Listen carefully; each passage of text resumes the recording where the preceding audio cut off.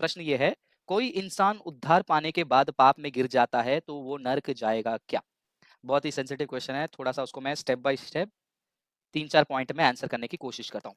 सबसे पहले उद्धार ये शब्द का अर्थ समझिए।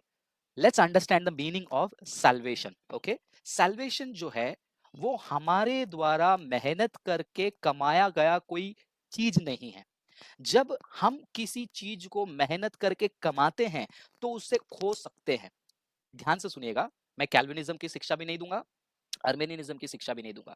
ठीक है, सो सैल्वेशन उद्धार जो है ये हम कमाते नहीं है, ये बल्कि परमेश्वर के अनुग्रह से, विश्वास के द्वारा परमेश्वर के अनुग्रह से, यीशु मसीह के बलिदान के द्वारा हमें मिलता है, हमें मुफ्त में मिला है, लेकिन उसके लिए परमेश्वर ने दाम चुकाया है। ठीक है, तो सैल्वेशन जो है हमारी क्रियाओं के आधार पर, it's not based on our perfection और आवर परफॉर्मेंस। ठीक है, एफिसियों की किताब 2 अध्याय वचन 8 से 9 तक आप पढ़ते हैं, उस समय पता चलता है कि हम अनुग्रह से उद्धार पाए हैं, ना कि हम अच्छे थे या फिर हम ब्लेमलेस थे या फिर हम फ्लॉलेस थे। ठीक है, तो सबसे पहली बात, आप अपने ऊपर उद्धार को बांधने वाला मत समझो कि मेरे हाथ में कंट्रोल है कि मैं उद्धार को पकड़ूंगा छोड़ दूंगा। दूसरी बात, यदि कोई पाप में गिरता है उद्धार के बाद, शायद से वो उद्धार को समझा नहीं है। ठीक है, जब आप यीशु मसीह को स्वीकार करते हैं तब आपको पवित्र आत्मा दिया जाता है। क्यों आपको पवित्र आत्मा दिया जाता है, कोई बताएगा मुझे?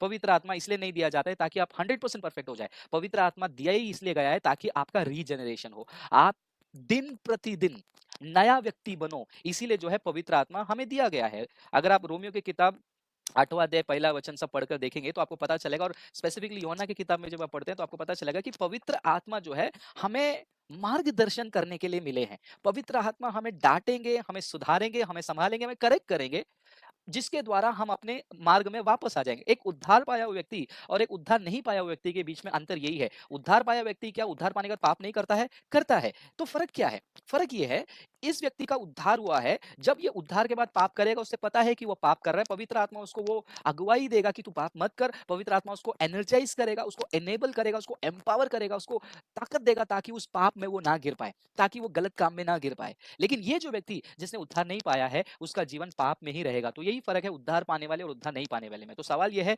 क्या उद्धार पाने के बाद पाप में गिर जाने से मैं नरक में जाऊंगा? नहीं, क्योंकि उद्धार पाने के बाद एकदम क्लीन चिट नहीं है, कोई लीगलिज्म नहीं है कि मतलब आप ऐसे थे तो ऐसे हो गए। तो सबसे पहला, आप नहीं उद्धार को कमा रहे हो।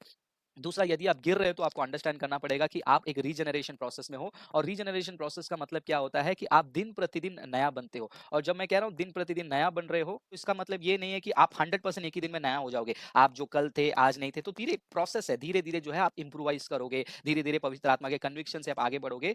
चौथा पॉइंट, अगर आप उद्धार पाने के बाद पाप में गिर रहे हो और आपके अंदर ये पछतावा आ रहा है कि ये गलत कर रहा हूं, तो दैट्स अ साइन कि आपके अंदर होली स्पिरिट काम कर रहा है, आपके अंदर पवित्र आत्मा काम कर रहा है। तो आप क्या करिए, पवित्र आत्मा के उन बातों को सुनिए, उन उन आवाज को सुनिए, उद्धार पाइए। जैसे कि बाइबल में लिखा है कि हम अपने पापों को परमेश्वर के सामने रखें, हम माफी मांगे, हम पवित्र आत्मा से सामर्थ मांगे ताकि हम उस पर फिर से ना गिरें। और पाप का मतलब ये नहीं कि हमारा हमें एक लाइसेंस दिया गया है उद्धार पाने के बाद तुम कितना भी पाप करो, या फिर ऐसा नहीं कि उद्धार पाने के बाद एक लाइसेंस दिया है कि तुम पाप करोगे तो वो छीन लिया जाएगा।